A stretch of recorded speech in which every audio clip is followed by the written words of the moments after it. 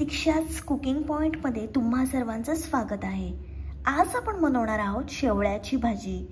ही रानभाजी आहे आणि ही भाजी पहिला पाऊस पडल्यानंतर वर्षातून एकदा मिळते।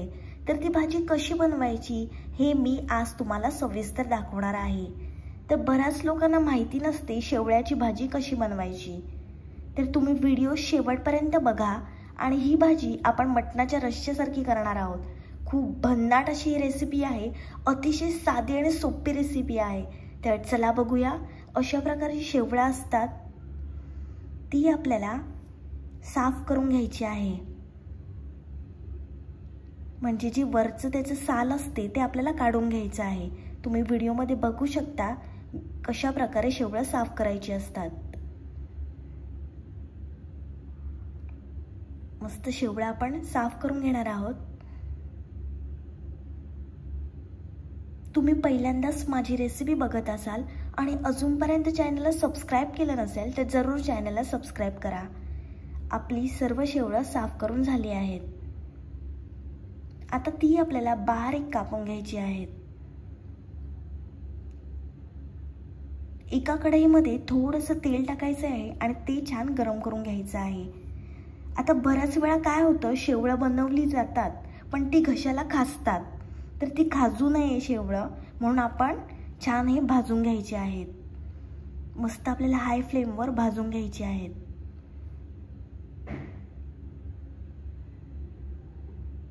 मस्त आपण भाजून घेणार आहोत। 3 ते 4 मिनिट शेवळा आपल्याला भाजून घेतले आहेत, तुम्ही बघू शकता। आता आपल्याला त्याच्यामध्ये थोडंसं पाणी टाकायचं आहे आणि ती भाजलेली शेवळं छान धुवून घ्यायची आहेत। हे वाल सोलून घेतले आहेत। अशा प्रकारे वाल आपल्याला सोलून घ्यायचे आहेत। बारीक कापलेला कांदा घ्यायचा आहे। एका भांड्यामध्ये निवडलेले वाल टाकायचे आहेत। सोललेले वाल टाकणार आहोत आपण।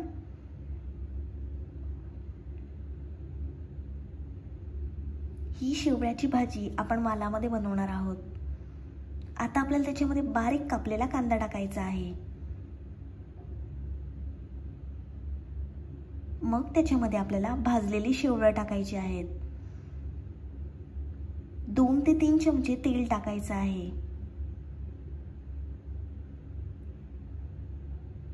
1 मोठा चमचा हळद टाकायची आहे।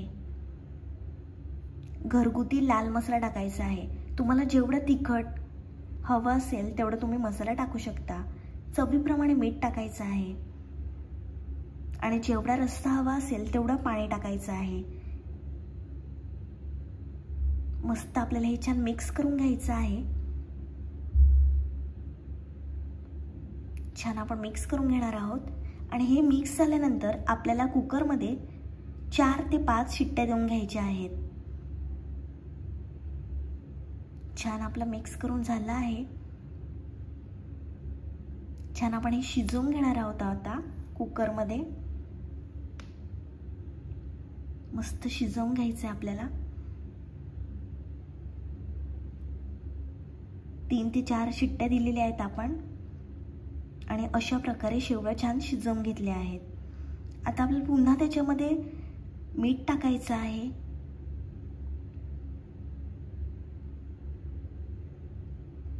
चिंच आणि गुळाचा कोळ टाकणार आहोत आपण आता त्याच्यामध्ये। छान एकजीव करून घ्यायचं आहे। छान मिक्स करून घेणार आहोत आपण।